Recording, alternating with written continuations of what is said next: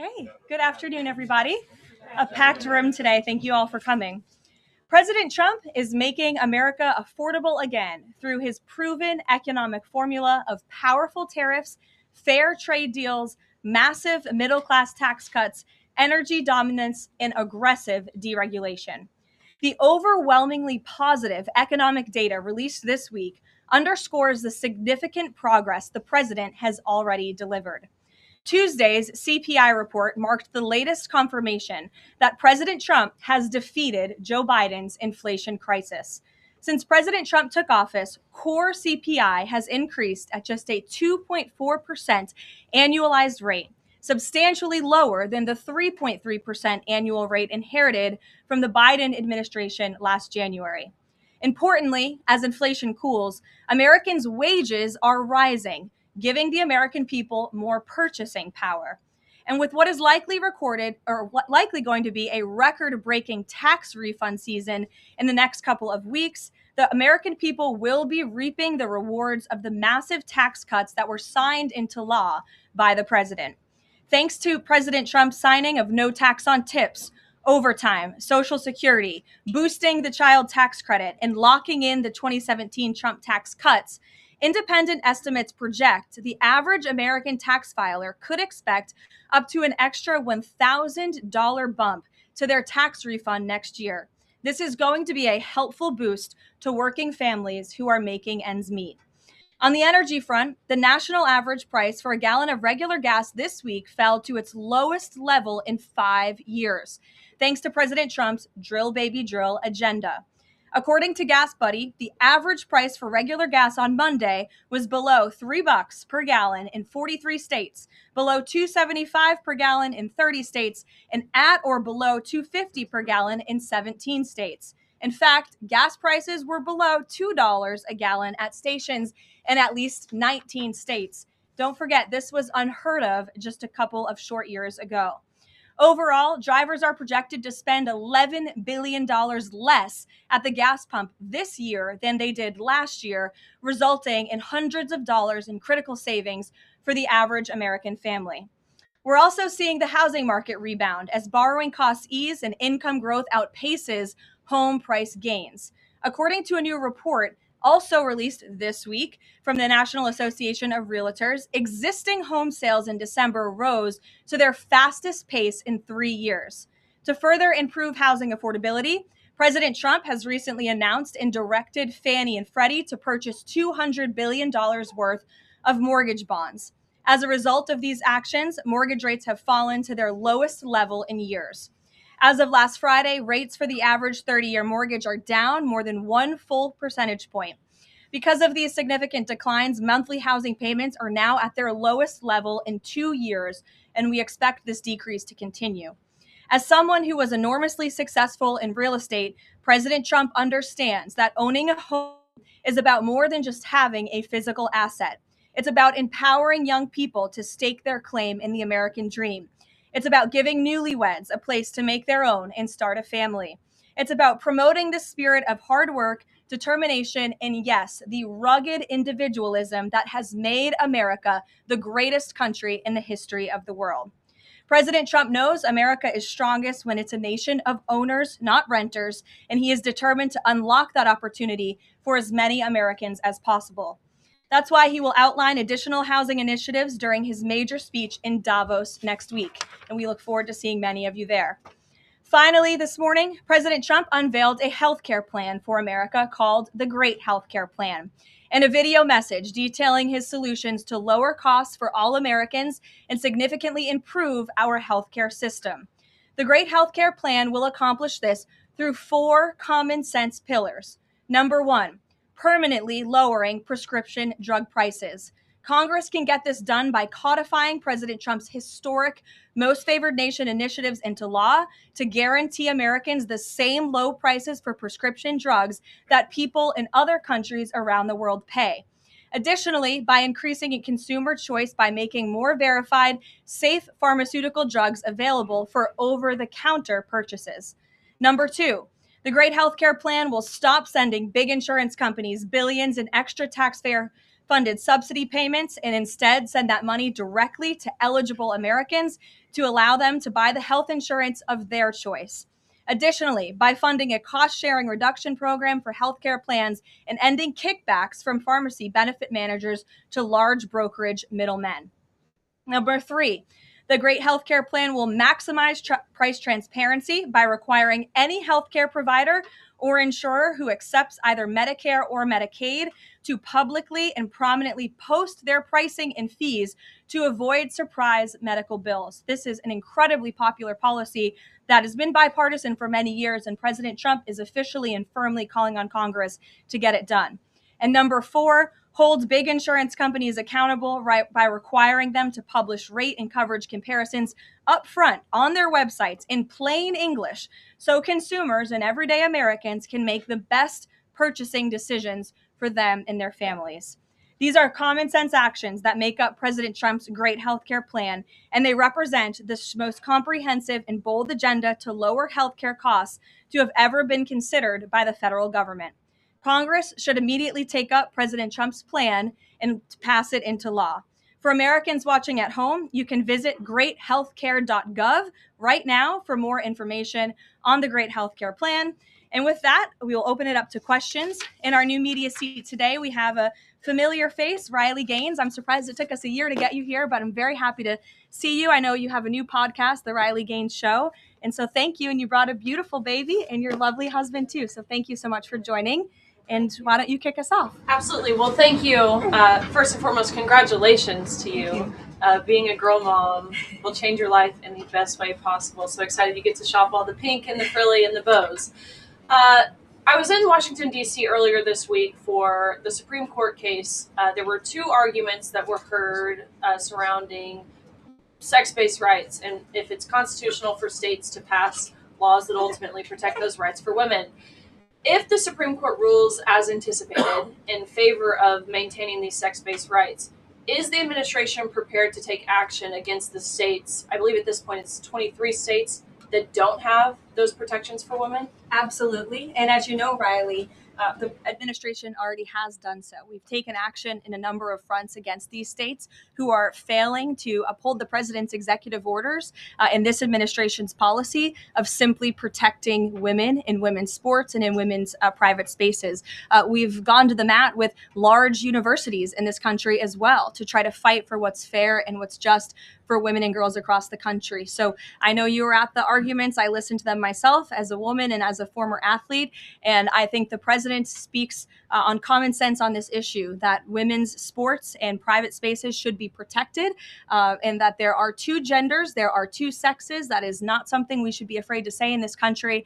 And I think, frankly, it was quite alarming to not only hear a couple of justices gravel over that basic fundamental biological fact that men and women are different but inherently equal, but we are certainly different and women deserve such rights. We hope and expect that the Supreme Court will rule in the right way on this matter. Thank you. Gabe. Carolyn, thank you very much. A lot to talk about. Sure. Isn't there always a lot to talk about? What can you share about the president's meeting with Maria Corina Machado? Is it underway? What can you share about that? And then also, the president said yesterday that Delcy Rodriguez was, quote, a terrific person. Does the president trust the remaining members of the Maduro regime? I will say, to your first question, the meeting was about to begin as I was stepping out of the Oval Office moments ago. So my understanding is that it's underway right now.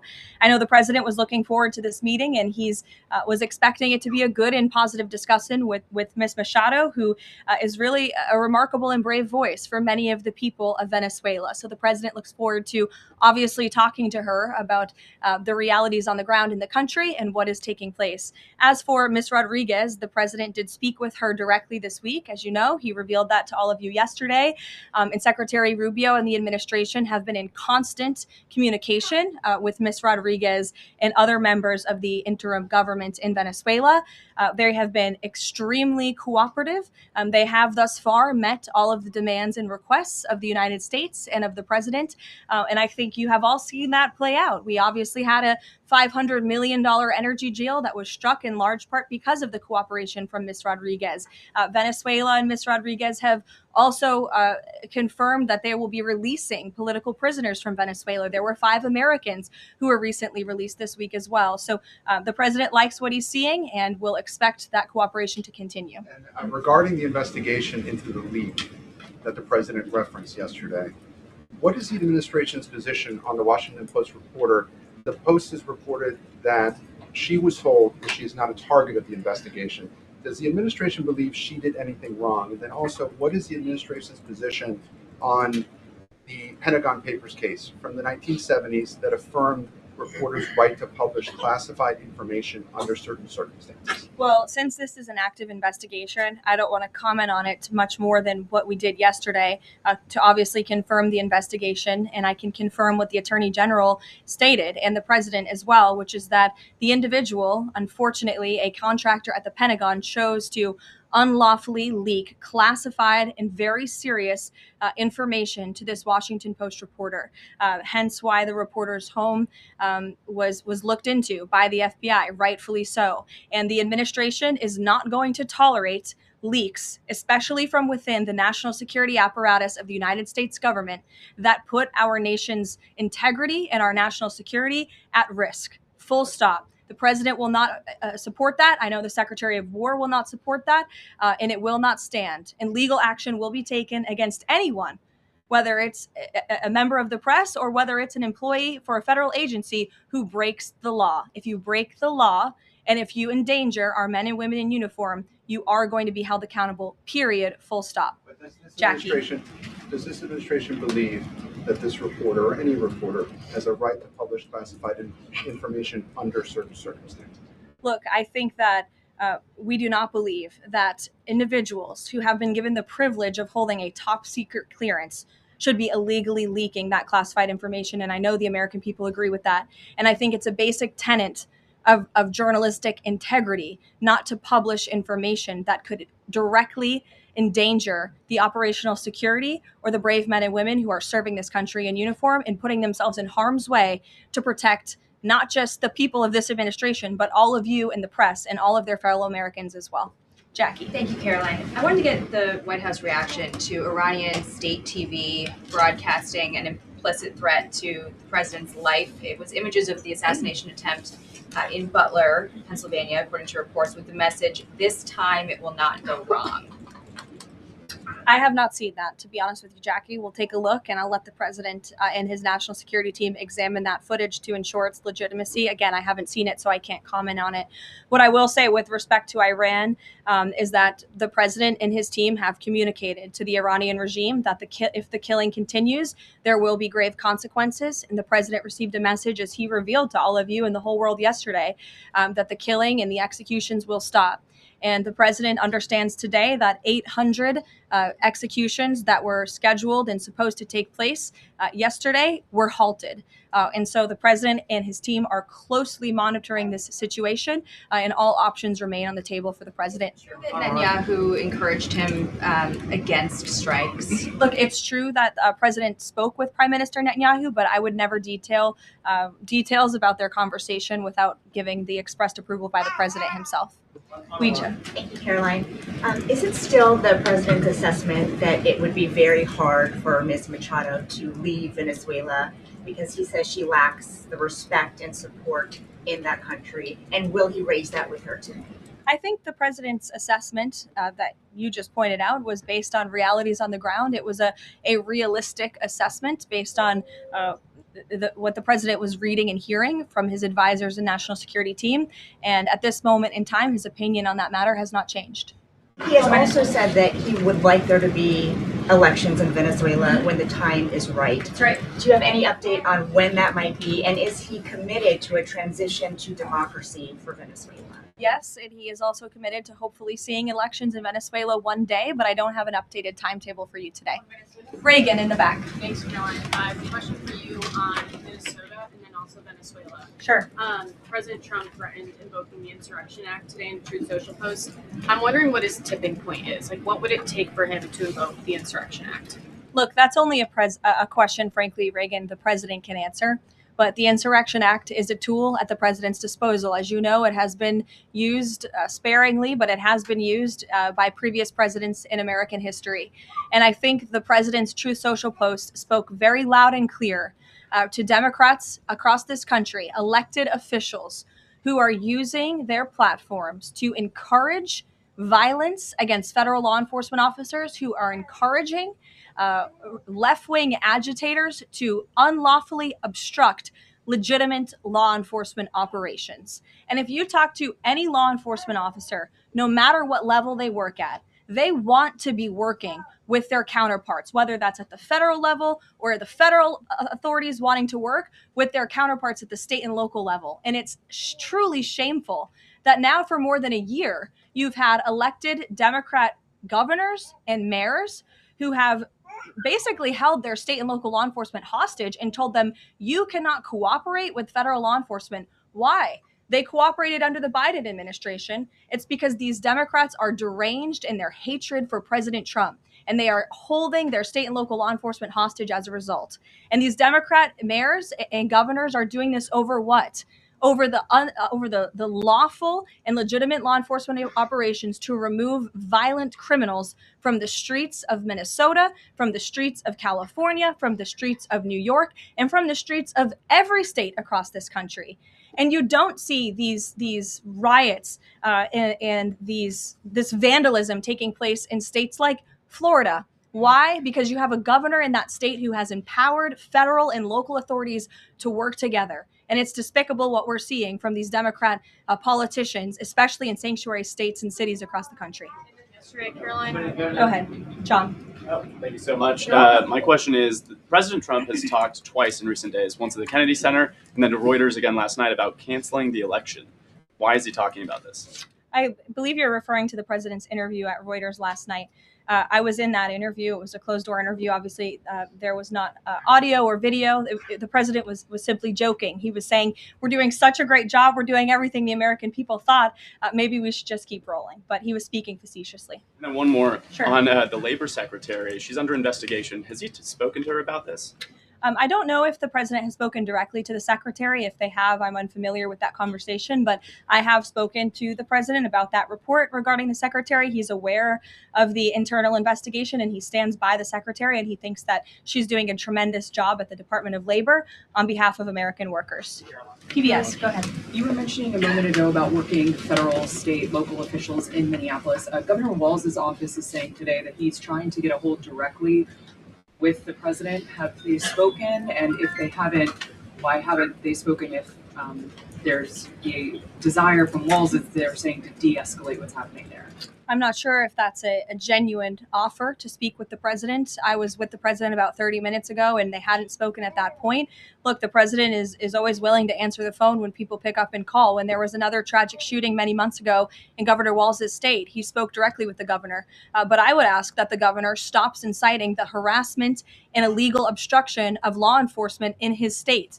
All ICE and federal law enforcement are trying to do are remove people like this off of the streets of Governor Walz's city in Minneapolis and of his state in Minnesota. If you look at some of the individuals in this photo, these are all illegal alien criminals who came into our country under the previous administration. This is some of the most disturbing crimes you will ever read about. And there's only a few reporters in this room who will actually talk about these individuals. This is all ICE is trying to do. They are trying to remove people like this from Governor Walz's state. And so, yes, he should pick up the phone and he should say that he will cooperate with this president and with the federal government in making Minnesota safer, because that's all President Trump and his administration want to do.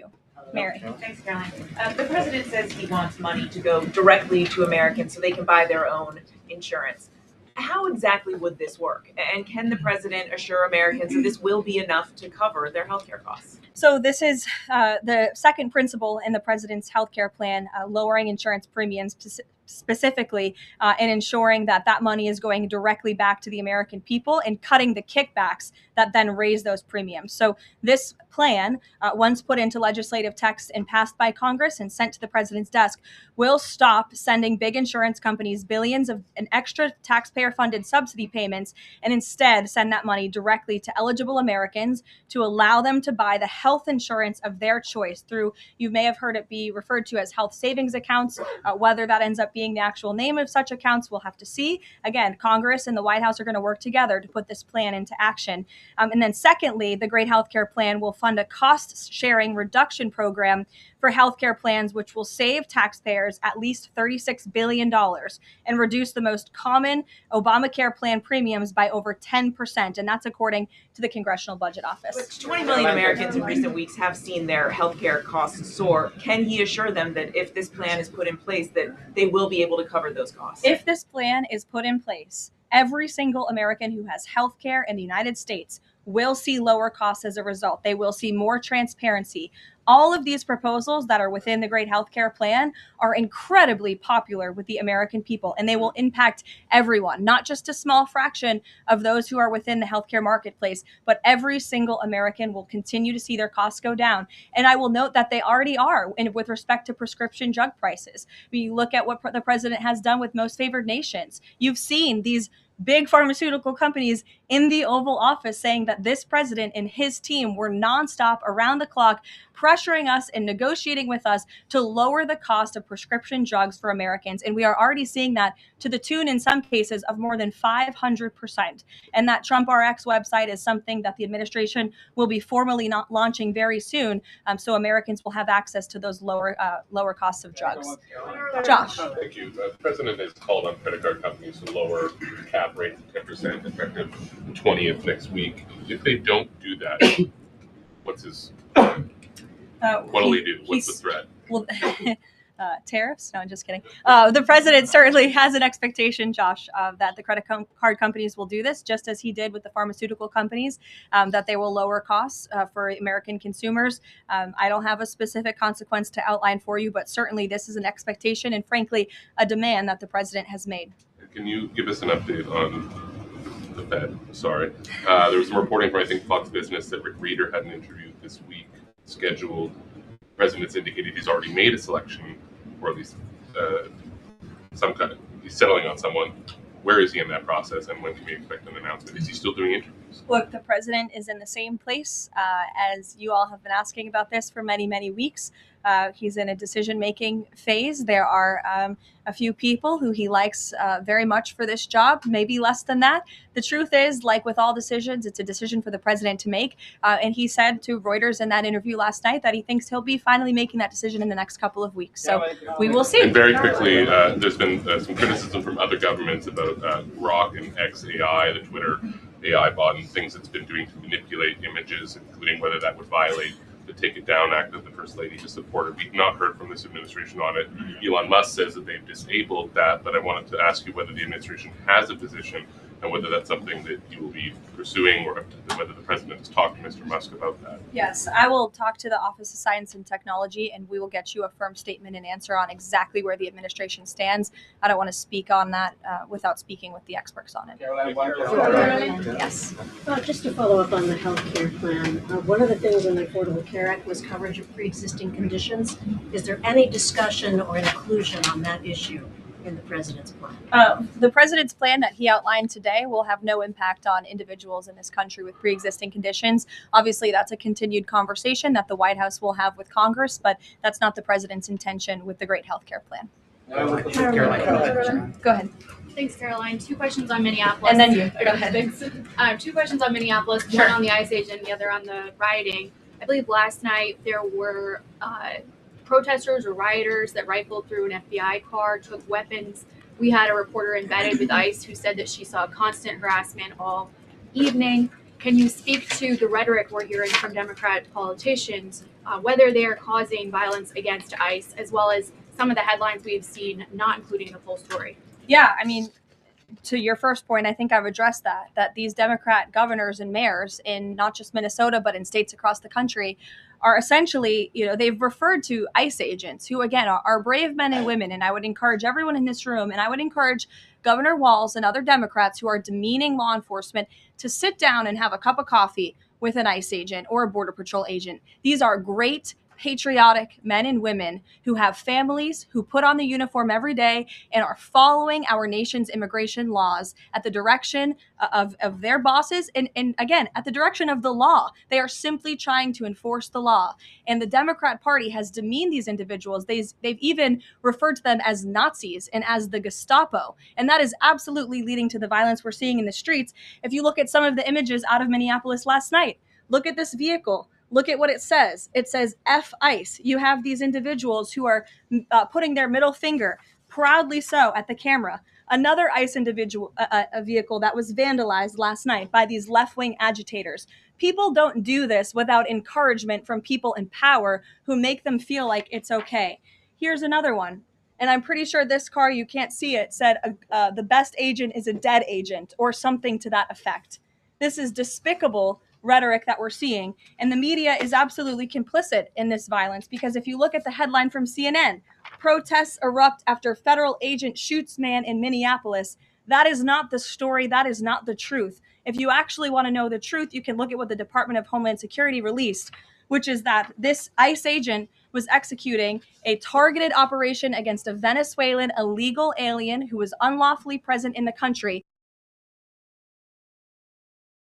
And when this ICE agent tried to detain the individual, 3 more of his comrades came rushing out of a house and started ambushing and attacking the ICE agent.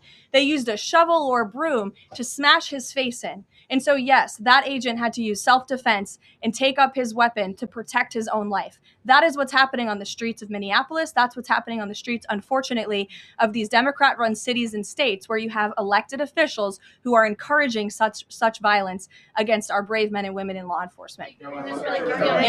Thank you, Caroline. 2 questions. First, to follow up on one of my colleagues who asked you about the president's interview with Reuters. You said that he was joking about canceling the elections, but Americans for generations have fought and died for democracy, for this democracy. Are you saying that the president finds the idea of canceling elections funny?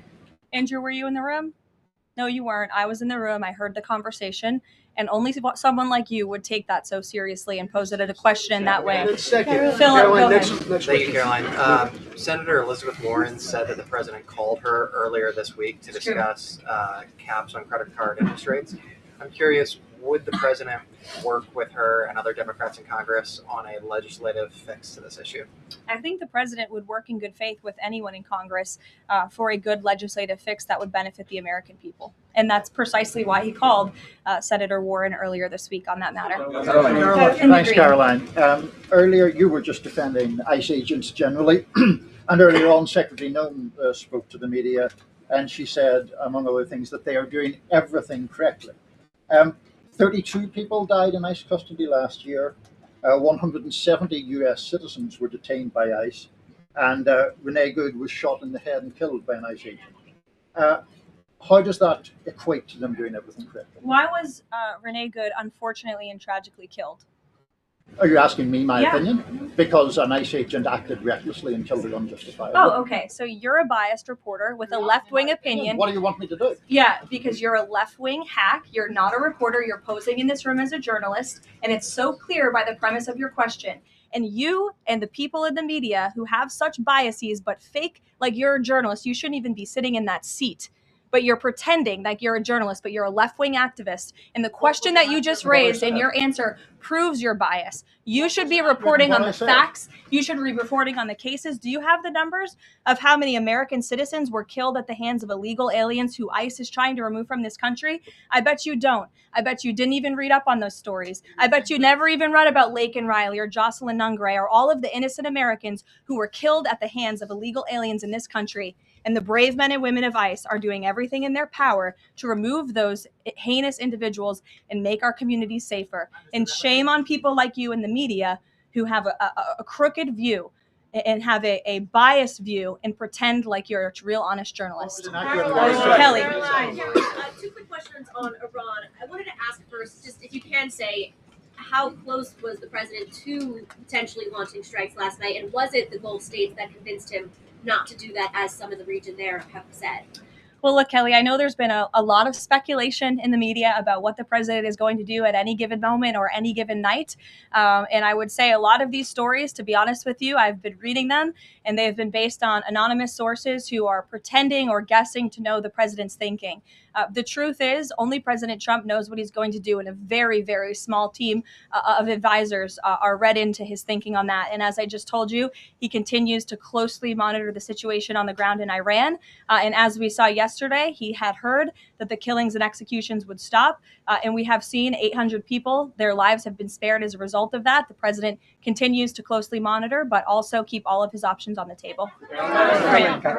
Caroline, two separate questions. Sure. On the Machado meeting first, what is it that the president feels that he needs to hear from her or from the opposition party that he hadn't heard prior to today, or he wanted to hear in the meeting, to be able to convince him to commit to some sort of a timeline for elections? I'm not sure the president is going into such the meeting with expectations like you just laid out, Fran. I don't think he needs to hear anything from Ms. Machado. I think generally this is a meeting that the president was willing to take and willing to accept to meet Ms. Machado in person and to just have a frank and positive discussion about what's taking place in Venezuela. That's all. And on the subject of Greenland, Jeff Landry, the president's special envoy for Greenland, wasn't in the White House meeting yesterday. Can you say why that was and what exactly the role he is playing in these conversations about acquiring Greenland? Well, the vice president and the secretary of state were present for that meeting. And the meeting, it was a productive meeting. It was a good meeting, and in that meeting, the two sides agreed to really establish a working group of individuals who will continue to have technical talks on the acquisition of Greenland. Those talks will take place, I'm told, every 2 to 3 weeks. So this is a conversation the administration intends to keep having with the Danes and with the respected delegation from Greenland. But the president has made his priority quite clear. He wants the United States to acquire Greenland. He thinks it's in our best national security to do that. There have been multiple instances of American citizens being detained by ICE, and I'm wondering what the administration is asking the agency to do. What steps is the administration asking the agency to take to ensure that Americans are not wrongly arrested?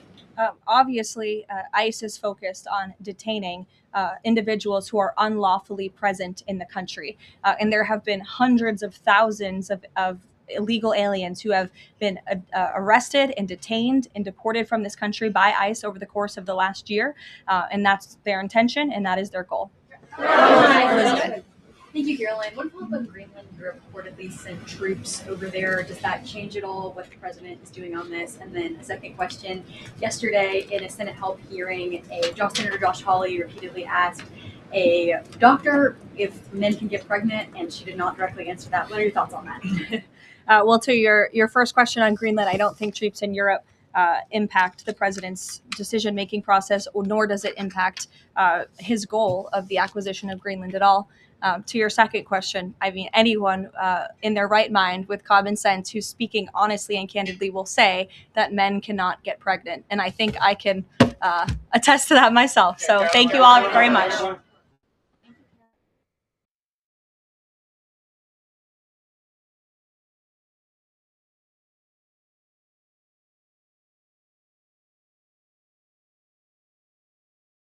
For all Americans and truly make healthcare affordable.